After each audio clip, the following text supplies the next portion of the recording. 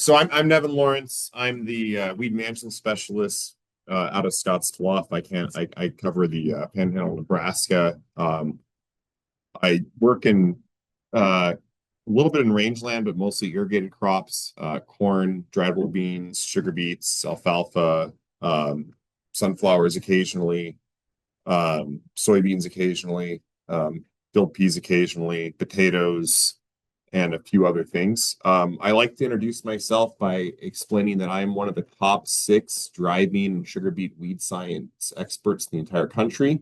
And I claim that because there's six of us. Um, I also will say I'm the leading expert in the world on Palmer amaranth interference in dry beans and sugar beets because the other six guys hadn't had Palmer until last year. And I've been working on it for over 10 years. And so not because I'm really smart, but just because I've been dealing with it for quite a while. Anyone here grow dryable beans? One hand, two hands. Okay. We're going to talk a lot about beans. So apologize if you have no interest in it. I'm guessing no one grows sugar beets. Okay. So we might even skip all that. But we'll start off with some just kind of general concepts too, as well. So yeah, I'll kind of skip over there too. So general concepts. This is data from Amit Jahala. He's the my counterpart and Milos's counterpart in Lincoln. He's the extension weed specialist there. And in 2015, did a survey of what are the worst weeds in Nebraska. He had over 500 people respond, a combination of growers and crop consultants. And number 6 on that list was Palmer amaranth. Didn't even make the top 5. 2020, he did this again, and we see Palmer amaranth shut up to number 1. So in 5 years, it became, and for this to be like number 6, that's like 3 or 4% of the respondents saying it's a problem. So 80-90% of people were saying, I don't even care about Palmer amaranth. So in 5 years, we went from that to 80 or 90% of people saying it's number 1 weed they're dealing with. So it's really taken off. This is a picture I like to show of how hard it is to control. So this is our bulk corn in Scotts Bluff. So when we're not doing a research plot, we just plant corn. And actually, if you were to walk into that field, it was clean as a whistle all year. This is just kind of a last foot of the corn crop where we didn't get a good pass of the sprayer. We see the corn getting up there, but the palmer getting above the corn. But if you walked in there, it was clean as a whistle until about September. When late September we started seeing the leaves dry down, a little bit of sunlight coming through, hitting the bottom of there. And that is palmer that's emerged in September. There's absolutely nothing you can do to control it. It's not going to produce a lot of seed, but there are a few seed heads there. So even if you do everything you possibly can, you're going to have a few escapes every year.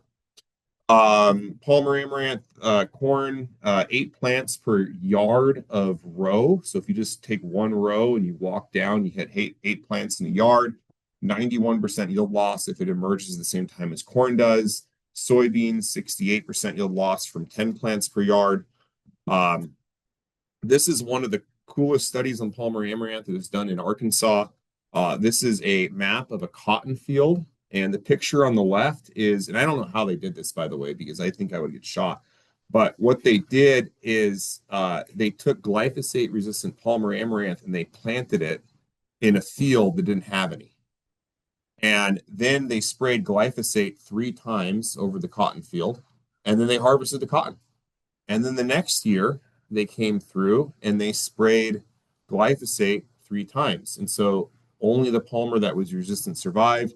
And you can see just how much Palmer blew up in that 1 year point. And there's a bunch of images. They did this, I think, 3 or 4 different locations. So there's a lot of different pictures of the same thing happening where you just see it absolutely explode. Go back to that slide with the percentages. Yeah. Okay. And to keep in mind, this is yield loss season long. So what they did in these studies is basically the Palmer came up at the same time as the crop. If you had a pre-fail, let's say pre-years gives you 4 weeks and only gives you 2 or 3, it wouldn't be as bad. If your pre works and your post fails, it wouldn't be as bad. But it's still these numbers are way higher than any farmer would ever see because they're going to disc the field in before they get there. Um, so Palmer amaranth, it's native to the Southwest U.S. And parts of Mexico. It got in New Mexico, they have some cotton production, and so it started becoming a weed in the cotton in New Mexico, moved over to the cotton in Texas, and eventually it hit the actual cotton belt, which is kind of the deep south there. And it's been there for a long time in the cotton belt. And what they think that happened is it got into the cotton seed lint or the cotton seed, which they removed from the lint. That gets fed to cattle as a byproduct. That gets into the manure. The manure gets spread on fields, and it's been marching north since then. This is an outdated map. It's been found in Montana, Idaho, Oregon, and Washington. I think the only place that hasn't been found yet, besides Alaska and Hawaii, has been the Northeast United States. I'm not aware if it's there yet or not. It could go there. There's no limitations on why it couldn't, but that's kind of the march forward. So why is Palmer such a problem? It's mostly has to do with herbicides. So the first resistance we ever saw was to the group threes. This would have been Treflan used in cotton in 1989. 1993, we have resistance to the ALS inhibitors. Here, that'd be something like Pursuit, Raptor, and also we have resistance to atrazine in 1993. 2005 is glyphosate resistance. And can anyone guess why we have glyphosate resistance in 2005?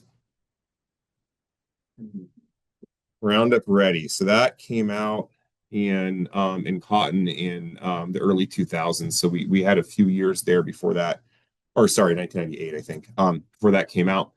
So the trend here, though, is we relied a lot on Treflan, PPI herbicides, and cotton. And then the next best option is the ALS inhibitors, which there was a huge boom in the ALS inhibitors, sulfonylureas, in the early 90s, and they became resistant pretty quick. And then atrazine, you rotate usually to corn, that shows up next. And then we got glyphosate, and that's the best option, and that becomes resistant. So what happens once glyphosate resistant? We've got the PPO inhibitors, and we got the bleachers. That's the group 14s and 27s. They become resistant next. Then we go to the next best option. What do we have? We have 2,4-D, and that becomes resistant. Moving forward into the future, we have our population that was found that's simultaneously resistant to the ALS inhibitors, glyphosate, the sulfonylureas, the PPO inhibitors, and dual, all in one population. So it's a 5-way resistance. And then in 2020, we found resistant to both glufosinate and dicamba. So if you're kind of keeping track of what works, this is everything that we have. This is not in one population. So we don't have one population of Palmer that's resistant to everything. But basically, every herbicide we do use has at least one population in the United States that is resistant. So in the U.S., everything that's resistant. In eastern Nebraska, we have currently group 2 resistance, group 5, which is atrazine, glyphosate, the group 14s, and the group 27 resistances. Multiple resistances, we have populations. Basically, my default assumption if you have Palmer is it's going to be ALS and glyphosate resistant. That's usually the first one to happen. We have one that has that plus atrazine, and then we have another that's atrazine and the group 27, the bleacher resistance. So that's what we have in Nebraska. In where I'm at in the Panhandle right now, we're only dealing with that group 2 and group 9 resistance. That's all we found. So why is Palmer such a problem? It's very adaptive to disturbance. It takes advantage of tillage. It takes advantage of anything that really happens in the field. It's extremely drought tolerant because it came from the desert. It emerges season long, and that's the big thing, I think, that makes it difficult. I heard a farmer from Kansas say that they were dealing with kochia before anyone else was. And once they were done with it, they were done with it. Kochia emerges kind of once over this long period from about March to May. Palmer comes up, I've seen it come up twice in the season. I've seen it come up 8 times in the season. It just keeps coming depending on the year. And it's very good at producing seeds, and it's great at adapting to herbicides. So I'm going to talk to you about my guaranteed solution of how to fix Palmer forever. And this works. So the problem we have is that we use the best herbicide available, and then it becomes resistant. And then what we do is move the next available herbicide that's available. And so we're always just barely one step ahead. And that's how we've gotten all these types of resistances. We just keep going to the next thing, the next thing, the next thing. So resistance occurs, farmers move on to the next best herbicide. This only works in the short term, and then you get resistance again.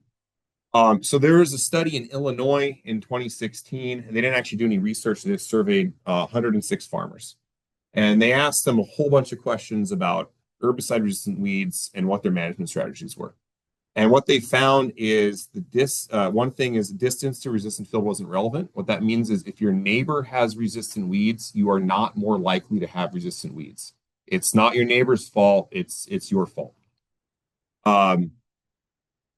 Rotating herbicides, and this used to be an old recommendation. They'd say if you're growing corn and soybeans, you go glyphosate-resistant corn, next year switch to Liberty Link soybeans. That used to be an old recommendation to prevent resistance.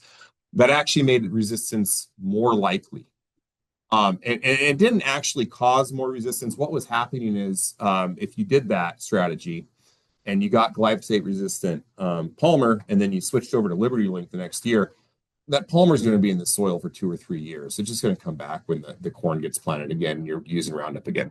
And so it wasn't really helping, but it was keeping farmers from doing other things that would help because they thought they were managing it when they weren't. But what they did find is if you mixed herbicides and multiple modes of action together, it's going to decrease your chance of resistance. So when resistance occurs, farmers move on to the next herbicide that works, only works in the short term. If you apply 2 effective modes of action, it reduced the probability of resistance in a farmer's field by 83 times. Not 83%, 83 times. You're 83 times less likely to have resistance if you're always spraying 2 effective modes of action at the same time. If you're applying 3 effective modes of action, it reduces the probability of resistance by 140 times. And that gets to the point where you're just not going to have it. If you're able to put down 3 effective modes of action every time you make an application, you will not have resistance. It just doesn't, because what happens then is that weed has to have not 1, not 2, but 3 resistances just pop up at the same time. And so basically what you're saying then is if a new resistance does show up, the other 2 herbicides are going to take care of it.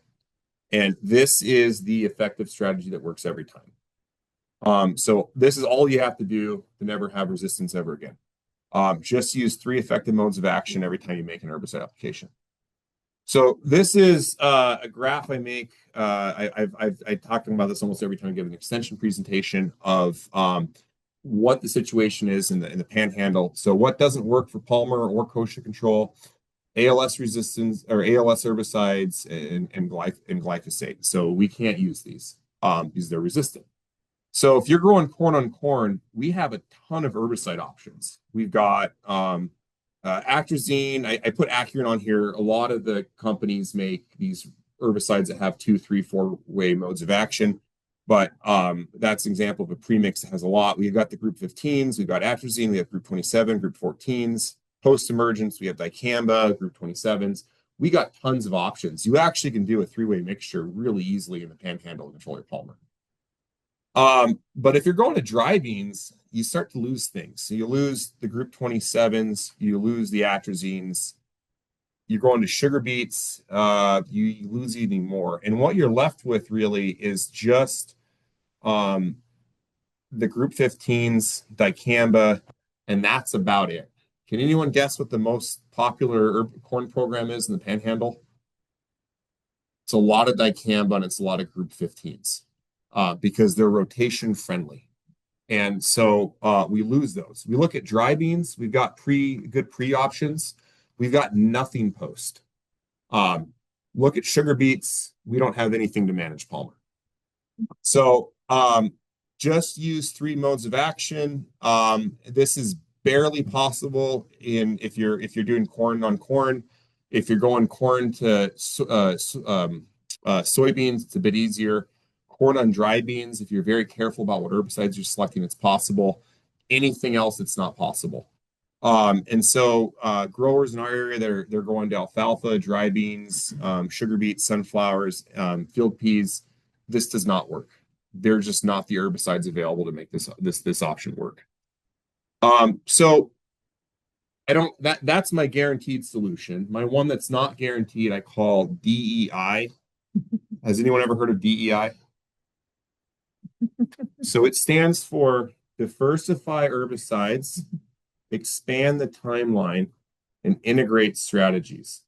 Um, and so what I'm talking about here is you need to use multiple herbicide modes of action when possible at every pre and post application. That's kind of the first step as far as managing polymer is you need to try to use whatever modes of action you can to try to get those weeds under control.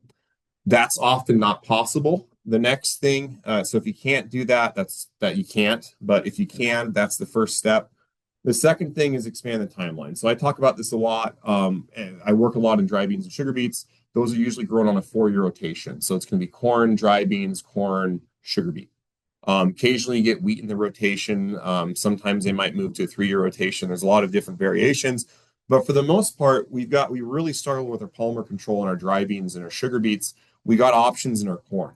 So I like to say, don't be thinking about your weed management year to year. Think about over the rotation if you're able to think over the rotation. And that corn crop is going to be the one where you have the most options. That's the one you should be spending the most amount of time trying to plan how to get this under control so you can set yourself up better for the next year. And then the last one is integrate strategies. So herbicides, rotations, tillage, and cover crops. And we've been working on all these, and I'll kind of talk about it. Some of these are not complementary. You can't till more and do cover crops, but they all can work together. How am I doing on time right now? Oh, I got a lot of time. I got tons of time. Okay.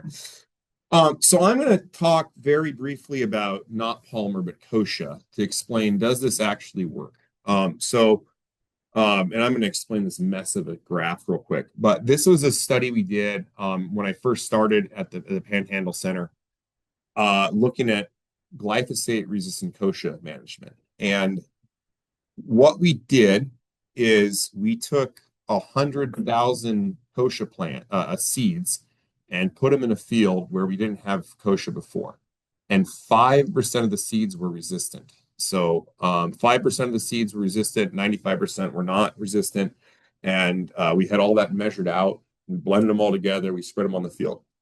Then what we did is half the plots over 4 years got tilled every year. Half of them were in a no-till system. So that's two things going on in the field, or one thing, tillage or no-till, basically. The second thing we did is we had 4 crop rotations. So we had continuous corn for 4 years, corn, sugar beet, so 2-year rotation for one of the rotations.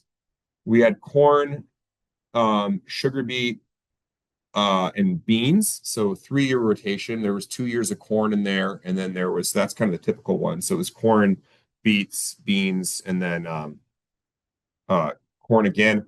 And then the last rotation, we added 4 crops. We added winter wheat into the mix, and so we had 4 crop rotation, 3 crop rotation, 2 crop rotation, and then just 1 continuous crop. Then let's see how we're this. Okay. And kind of explain why this works for kochia, just briefly, is kochia tends to come up in about March, and it's done by about May. So if we think about our different crops, it's coming up the same time corn's coming up. So corn probably isn't a good rotational crop. It's dry beans are planted after the kochia generally emerges, and so you could use tillage or paraquat or something to knock out the kochia. Plant your dry beans, you're fine. It's also coming up during the sugar beets. That's a bad idea. And then spring wheat or winter wheat is already going to be emerged by the time the kochia is coming up, and that's going to be a bit more competitive. So that's the thought of why these rotations might help. And then this is where it gets even more complicated. The we had three different herbicide programs. So one of them was we only used an herbicide that didn't work for 4 years. And what I mean by that is we had a resistant population of kochia. We only used the herbicide that wouldn't control it for 4 years. So it would remove all the susceptible kochia, but it wouldn't control the resistant kochia. Then we had a rotation where we rotated herbicide. We used herbicide that would work, and then herbicide didn't work. And then we had a mixture where we did that using multiple herbicides for 4 years. And we went out, counted all the kochia. We collected seed from all those. We took the seed back, grew it in the lab, and counted it. There was a lot of counting. And we also collected seed samples and grew it out to see how much kochia we had. And then we saw what percentage of the kochia was resistant at the end of the study. Okay, so this is after 4 years. In the minimal tillage plots, averaged over all the other stuff, we had 4,300 kochia seeds per square yard. In the intense where we tilled, it was 2,400. So the tillage helped. For the crop rotation, the continuous corn start check was at 3,300. When we moved to a corn sugar beet rotation, that made it worse because beets are terrible at competing with sugar beets. We did a 3-year rotation, cord dry beans and sugar beets. It's back now to where the corn was, but having just 1 year of a small grain in the rotation reduced the kochia seed by about a third. Averaging over the herbicides, so we have the one that didn't work, 7,800 seeds, doing the rotation, 4,800 seeds, but we're seeing well over a 90% reduction with using a mixture of two herbicides that work. So everything kind of worked.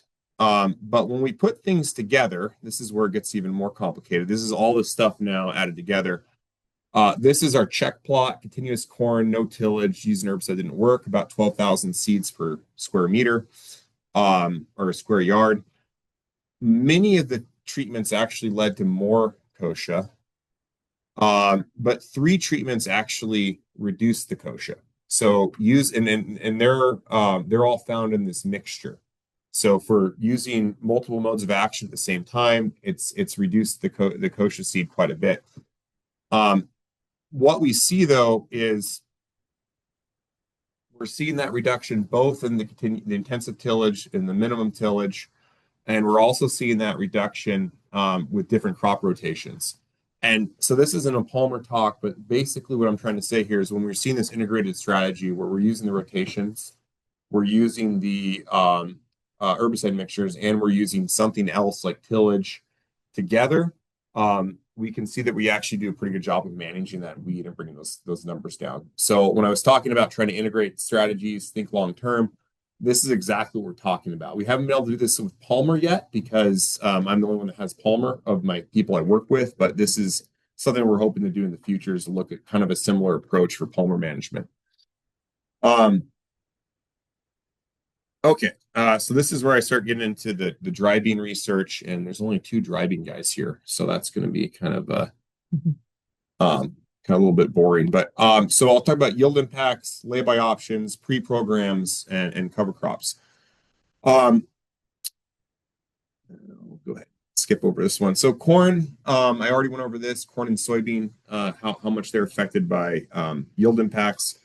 We do the same thing in dry beans. So what we have here is a dry bean crop that we went out and hand weeded every single week, 3 times a week.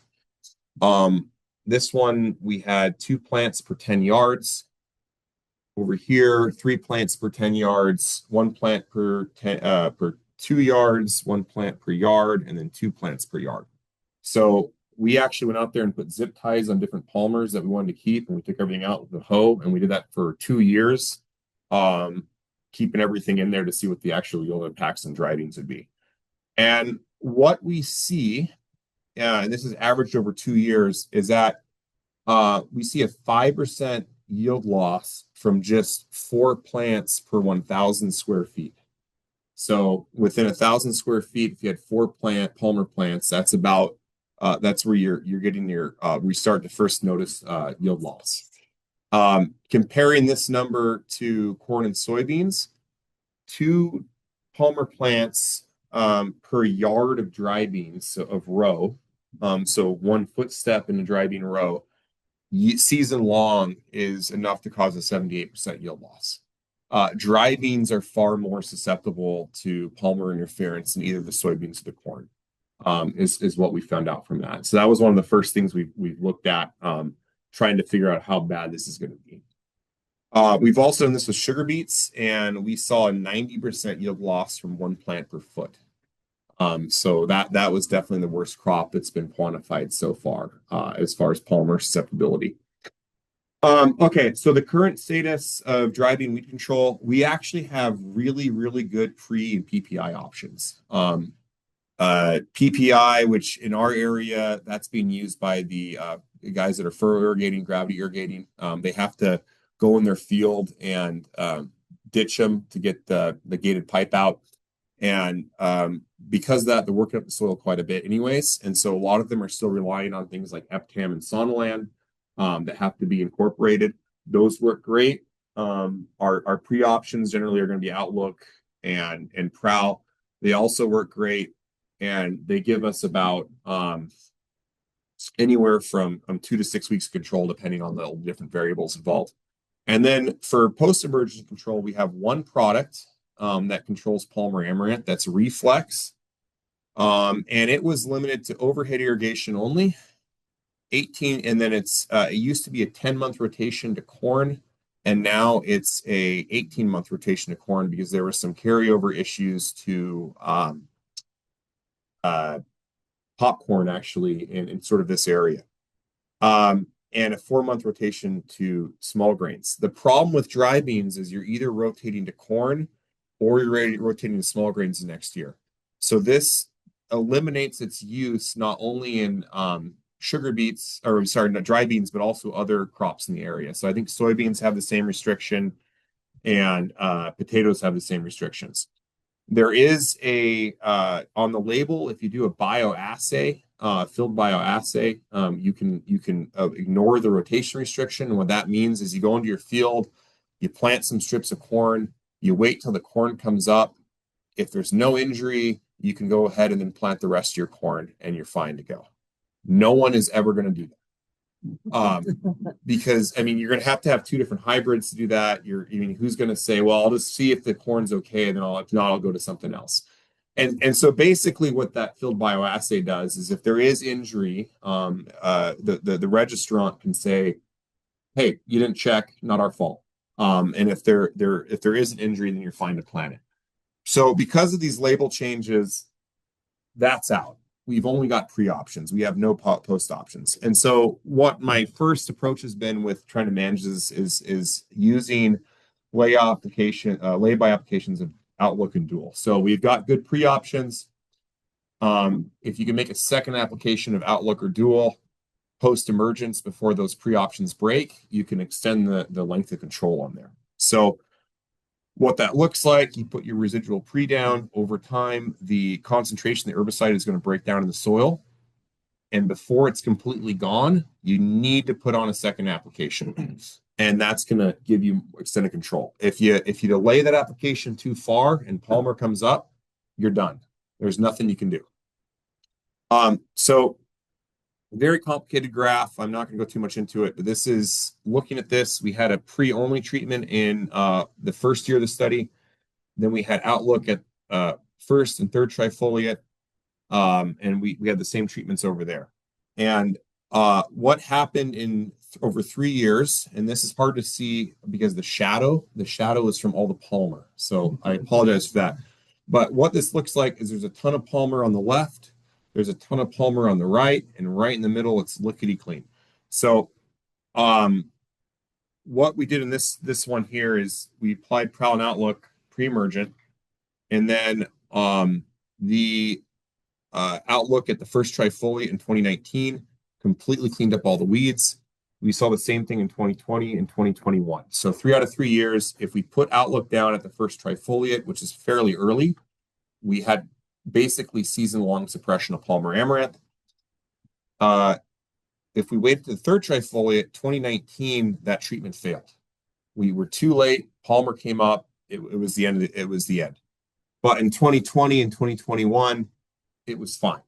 So what's going on here? What is going on is two things. One, it is extremely difficult to predict how long these soil applied herbicides will last. They get broken down by the bacteria in the soil, which we don't know what their concentrations are. By how much irrigation or moisture we get also affects that, and the soil temperature affects that, and your soil texture affects that, and other soil parameters as well. It's really difficult to say when these are going to fail. On top of that, what we had going on in this study is in 2019, we had a flush of Palmer right when the dry beans were planted around the end of May. And then we had another flush 2 weeks later at that V1 stage. In 2020, we didn't have any additional Palmer come up. And in 2021, that Palmer didn't come up again until 3 weeks later. And so also on top of how complicated it is to predict how long these herbicides last in the soil, we also have a lot of variation in when Palmer is coming up. And that is very difficult to predict. They've tried to model that in different places to try to take all the weather data and figure out when Palmer is going to come up. And they just really can't do a good job at it. So what the gist of this is we don't know when the herbicides are going to fail. We don't know when the Palmer is going to come up. If you're going to layer on residual herbicides, you need to layer them on early. If you wait, you might miss the boat on there. And I'm going to skip that one real quick. So those are the pre-options. Going to touch on this real quick. This is another study we put out. This is our non-treated check. It's just basically all Palmer. We didn't put any herbicides out. This is our standard pre-option with no posts. So Outlook, Prowl, applied pre. This is eptam-sonolan applied PPI, season-long weed control. And this is probably the best herbicide treatment we have in any crop in the Panhandle is eptam-sonolan with heavy tillage. One of the things we've noticed when Palmer started moving into the Panhandle is it showed up first in the pivots. It's been very slow still to show up where people are gravity irrigating because of the tillage. Tillage helps control Palmer. And I think that might be my next big equipment purchase for my weed science program is going to be a better disc because there's a chance that's where weed control is going in the future is more tillage. Tillage works great. These PPI herbicides work great. And that's kind of a lesson we've seen both from the farmers based on how they farm, but the tillage has worked really well. So we actually did a study in 2024 and 2025 where we swapped the herbicides. So you can actually put eptam-sonolan down with incorporating that with a pivot rather than with tillage. That's on the label. And same thing with Prowl Outlook. You can incorporate that with tillage rather than with sprinkler. So we did both. We had both herbicides pre and both herbicides of the PPI. And this is what it looked like in 2024 in our for the entire study, except for the PPI treatment with eptam-sonolan. So again, and that's pretty late in the season too. We're seeing that PPI treatment with that herbicide combination is just working really good. There's just some data on the weed density there. This is Palmer down here with no herbicide pretty early on, and then with and without tillage from 2025. And the 2025 wasn't as crazy as 2024. There's no sugar beet growers here, so I might just skip this entire section unless someone really wants to hear about sugar beets. How deep you're incorporating that? We were incorporating that probably about 3 to 4 inches, pretty shallow. Thank you. Yeah. And I'm gonna go. I'll skip the sugar beet stuff. No one cares about sugar beet. That's a big part of the topic, though. Okay,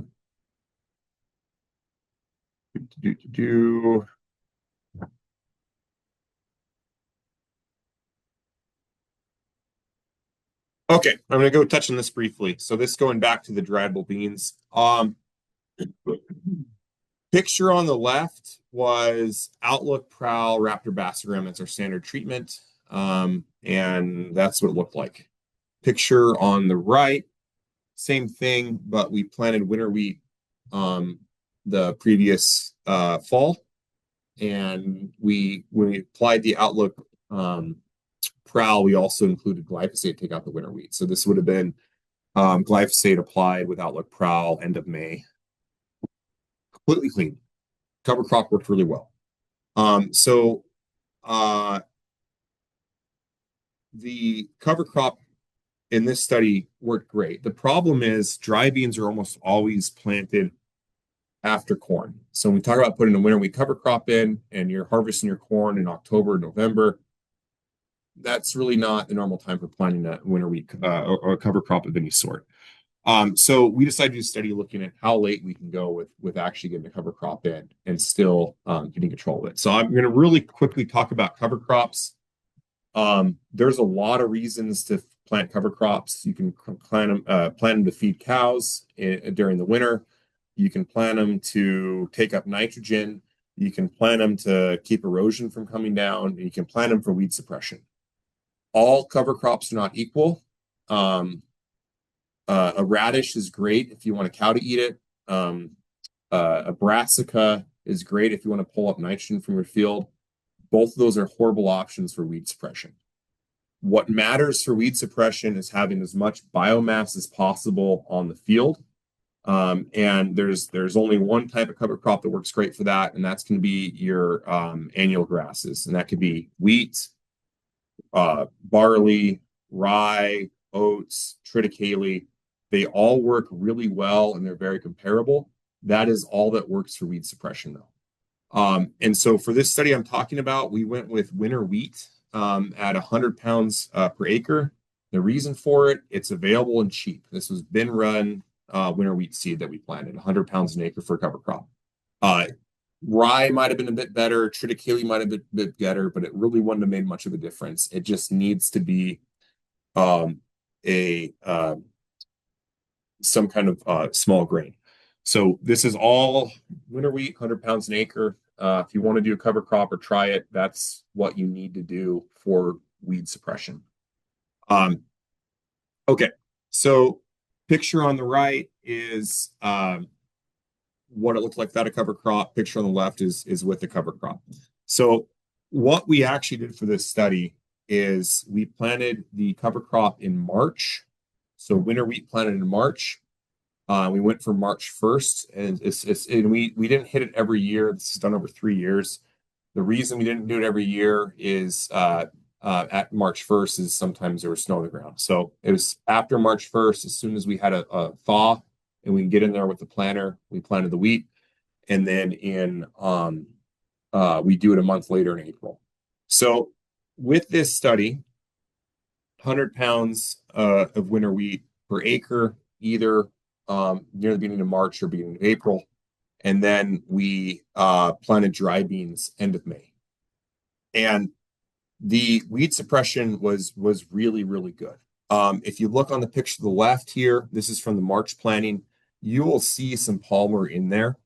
But what we did with this is we planted Prowl Outlook and then Raptor Bassigram. Raptor Bassigram does not work for palmer.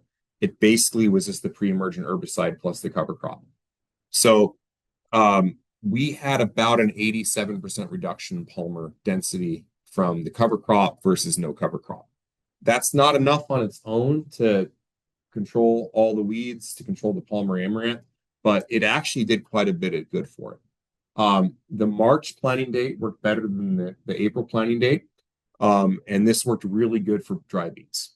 We tried the same thing with sugar beets. Can anyone guess what happened? Didn't work at all. And the reason for that is sugar beets are planted in usually about mid to late April, and there's just not enough growing degree days between getting that cover crop planted in March or April to then planting the wheat or planting the sugar beets a couple weeks later to a couple months to a month later. So you need to have time for the weeds to grow from the spring planting. This probably would have worked better had we got the cover crop in the fall, but we were looking at a situation where coming in after we get the corn out. So this is something that did work pretty well with dry edible beans. 2 out of 3 years. One of the years we had an incredibly bad drought. I think we had between planting the cover crop and planting the dry beans, and it wasn't even planting the dry beans. I think until about June 30th, we had maybe a half inch of precipitation. And so until we had the irrigation going, there was nothing on that field. And that year, this failed miserably. But when we had not even a good year, but just a normal year of winter precipitation, the cover crop did really well. Great job with the weed suppression um, in dry beans, but not other crops. So um, with that, I'm going to go a little bit into corn. So preventing and managing herbicide resistance is easy. Just use multiple modes of action every time, unless you can't. And then it gets hard. So talking about this corn and dry beans and sugar beets, this is a big part of my job is trying to come up with multi-year herbicide recommendations for growers, especially in the panhandle where we're growing a lot of different crops that have a lot of different herbicide restrictions. And so this is a study that we did over 3 years. If you need the slides, I'll provide them. We should get a neb guide out of this pretty soon to kind of compare it. But what we did is a lot of different things. So this is a huge table, and I'm going to try to work you through it. We looked at only herbicides that would allow rotation to sugar beets or dry beets. Most of them would allow rotation to both. Some of them would only allow rotation to one. But what we have is the herbicide treatments, what the mode of action is, and what the application timing is. And I'm also going to talk about cost. And this is the rate. Mode of action is in the parentheses there. And I'm going to talk about the costs as well. The costs are from, I think, the 2024 weed guides. The 2025 will be a little bit updated. But what we have here, non-treated check. And that one actually did have glyphosate applied at planting as a burn down. So that you'll see a cost on there of like $9 an acre, something like that.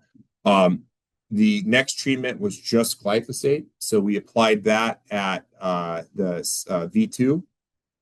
We also did a one-pass program with glyphosate plus dicamba at V2. For a long time, that was a standard treatment in the panhandle. Banville and glyphosate. Really cheap, really effective, and it worked for a number of years, and now it's starting to not work. The next one we did is glyphosate, dicamba, and warrant. And I will really quickly talk about warrant. We could have used Outlook. We could have used Dual. We could have used a lot of things. The reason we went with warrant, and the only reason we went with warrant, is I ordered a case from Bayer, and I had 2 cases, and they sent me 2 pallets. And so they said, take what you want, we'll take the rest back. So I had a lot of warrant. So a lot of these treatments have warrant in them. It's not an endorsement of warrant over the other products. It's just we had a ton of it, so why not use it? You could swap out any group 15 you want most of the time. Treatment 5 was dicamba, followed by glyphosate. So we're just trying to get the dicamba in there twice. So we had 2 applications dicamba plus warrant. Treatment 6 was specifically for kochia control, so we had 2,4-D in there. And then we had the next one in, we start getting into what I call the company products. So I was trying to pick herbicide products from different companies. So we've got Status plus Armazon plus Zidua from BASF, and that gives us 3 modes of action. We got Diflex Duo, which is dicamba plus a group 27 or bleacher, plus warrant. That's 3 modes of action. We've got the Syngenta Acuron, 3 modes of action. We've got another product there with Verdict Pre, followed by Status Post. That's getting us to also 3 modes of action. From FMC, we had Fierce, which is group 14 and a group 15. That's 3 modes of action there. And we keep going down there. Most of these are 3-way mixtures of different herbicide modes of action. And we had what was a 1-pass treatment at V2 and then a 2-pass treatment where it was pre followed by V4. So we're just comparing all these. How did they do? What worked the best? So this is the corn yield in the first year we did it. We got the treatment costs. in the number here. That's not the yield, that's the treatment cost. Yields in the bottom, it goes from 0 bushels to 200 bushels. And what we find here is $10 an acre for that glyphosate burn down and the weedy check. The V2 with two applications with glyphosate at V2 and glyphosate pre, we're at $20. And then adding dicamba, we went up to $25 for an acre for that V2 one. First thing I'm going to say is all those other treatments were pretty comparable from the different companies where we had 3 different modes of action in there. The cost is kind of all over the place. Some of those are $110 an acre. Some of those are $65 an acre for these kind of top end treatments. But the yield was very comparable. Where the difference is, though, is glyphosate plus dicamba at V2 for $25 an acre. When we added warrant for $20 more, so we went from $25 to $45 an acre, we added 50 bushels of yield from a $20 an acre treatment. And had that been Outlook or Dual, it would have done the same thing. But the reason for that, and we'll get into pictures on there, is Palmer. So we had some kochia in here, we had some lamb's quarter, but it really was the Palmer. And that's if there's one takeaway from today I want you to get from this is always use a group 15. Every time you make an application in a crop, put a group 15 in there for Palmer control. Every single time. A lot of your pre-mixed products, and especially in corn, are going to have it. If they don't, put a group 15 in there. So this is our weedy check. A lot of weeds. This is glyphosate at V2. That effectively removed all the lamb's quarter from the plot, and we just had Palmer. This is glyphosate plus dicamba. That took care of all the lamb's quarter and the Palmer until the Palmer came up again. This is just adding warrant one time is the amount of difference it made. Is we took care of that second flush. And this is pretty far into the season. If you actually go in there and start looking through the rows, you're going to see quite a bit of Palmer that broke through there. This is not my recommended treatment that everyone should go out and do. I would recommend actually one of the more expensive treatments that has a bit more modes of action, a bit more better products there, but just generic glyphosate, Banville, and warrant, 50 bushel difference from the last picture. Always include a group 15. And this was the recommendation I have for dry beans, the recommendation I have for sugar beets, it's the recommendation I have for corn. Always have a group 15 in there if there is no other residual product within there. And I can provide, I guess, more on this one. I thought we were going to have some beet growers, so I kind of skipped over a bunch of stuff. Actually, a beet grower on the Oh, so well, I didn't know that. Well, I got 7 minutes. Let's see if I can go over this really quick. We'll do that fast, and he probably knows. So sugar beets are the absolute worst when it comes to options. We don't have a post option, and a few years ago we didn't have a pre-option. So we actually screened a product that's labeled in Europe one year, and it was myself and the other 6 weed scientists, and it worked really well in Scotts Bluff. So this is cotyledon beets 19 days after application at one rate, starting to break.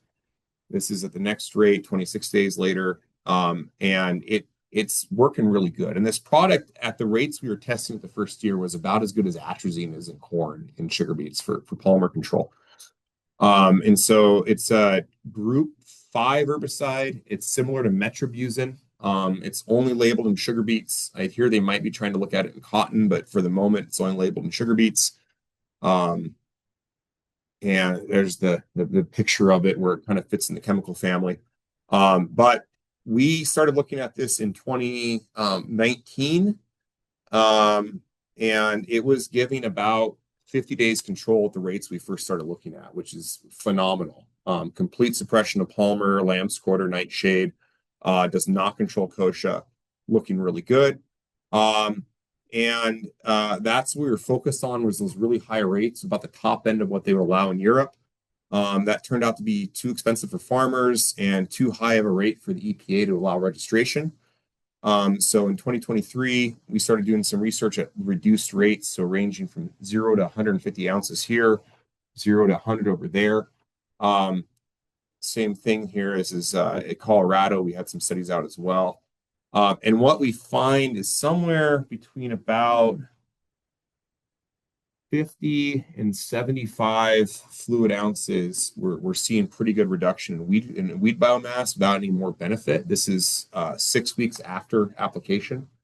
And so we were able in 2024 to get an emergency use label through the EPA. This is the only time I know of in history where the EPA granted an emergency use label for an herbicide that has never been registered in the United States. And that is thanks to the overwhelming political pressure by the sugar beet industry. It actually took 2 shots to get it through, but this product has never had a label in the United States, and we got a Section 18 in 2024 and this year in 2025.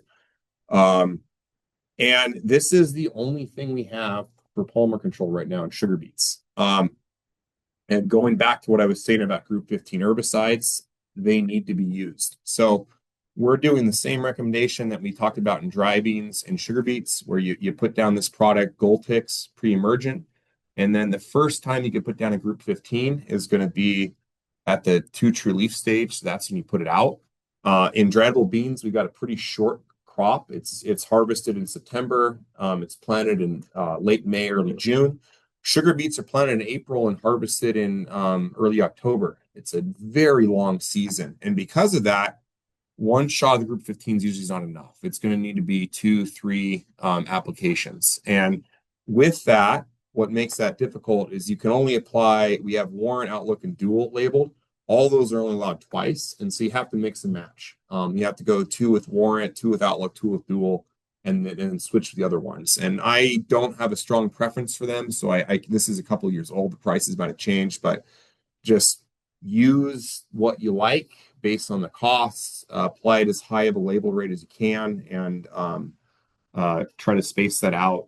Usually I recommend somewhere around two true leaves, then 4 to or 6 to 8, and then 10 to 12 is usually the application timing we're talking about to get that suppression as long as we can. And the other thing I'll say is Dual should be applied last because it has the latest pre-harvest interval for harvest. So that's the one key difference on there. The Warrant has to be used earlier. Outlook's kind of in the middle, and Dual can be put out later. So that's usually the one that you want to wait for that last application. Yeah, I got 5 minutes. I guess I'll take some questions. Yep, that'd be great if anyone has questions for. You're living of about 20 plants per meter square. How bad was the population at the site that we have always did this one? For this one? Well, for the previous one, for the sugar beet that you were looking, because on your chart, there were the 20 plants still staying out there per meter square. Oh, yeah. It was really bad. This is thick as could be. Yeah, this is Eakly, Colorado. It was really bad. The one thing I'll say is there's kind of 3 ways that we as weed scientists assess plant populations. We use biomass, density, and then visual control, where we just look at the plot and say, yeah, that's about 60%. The best one of those is actually it looks about 60%. And the reason for that is with the density stuff, sometimes you go, gosh, 20 Palmer plants, you're picturing like a 8-foot tall one. No, what we did for this is we want to get the group 15s on when the sugar beets hit 2 true leaves. That's the first labeled application timing. That's usually about 4 weeks. So we took the assessment at 6 weeks just to make sure we had a little bit of overlap in case you couldn't get them on time. And so this is right after the treatment started to fail. And so what we actually saw here is a bunch of tiny 1/2-inch tall Palmer amaranth plants. It's not that impressive to say there's 20. If we had gone 2 weeks earlier, there wouldn't have been anything. And so that's the problem with the density a lot of times is the numbers look huge, but you look at it, it's really small weeds. And a lot of those are probably going to get outcompeted by their siblings later on in the season. And so this actually looks a lot scarier than it was for the weed days. Did that answer your question?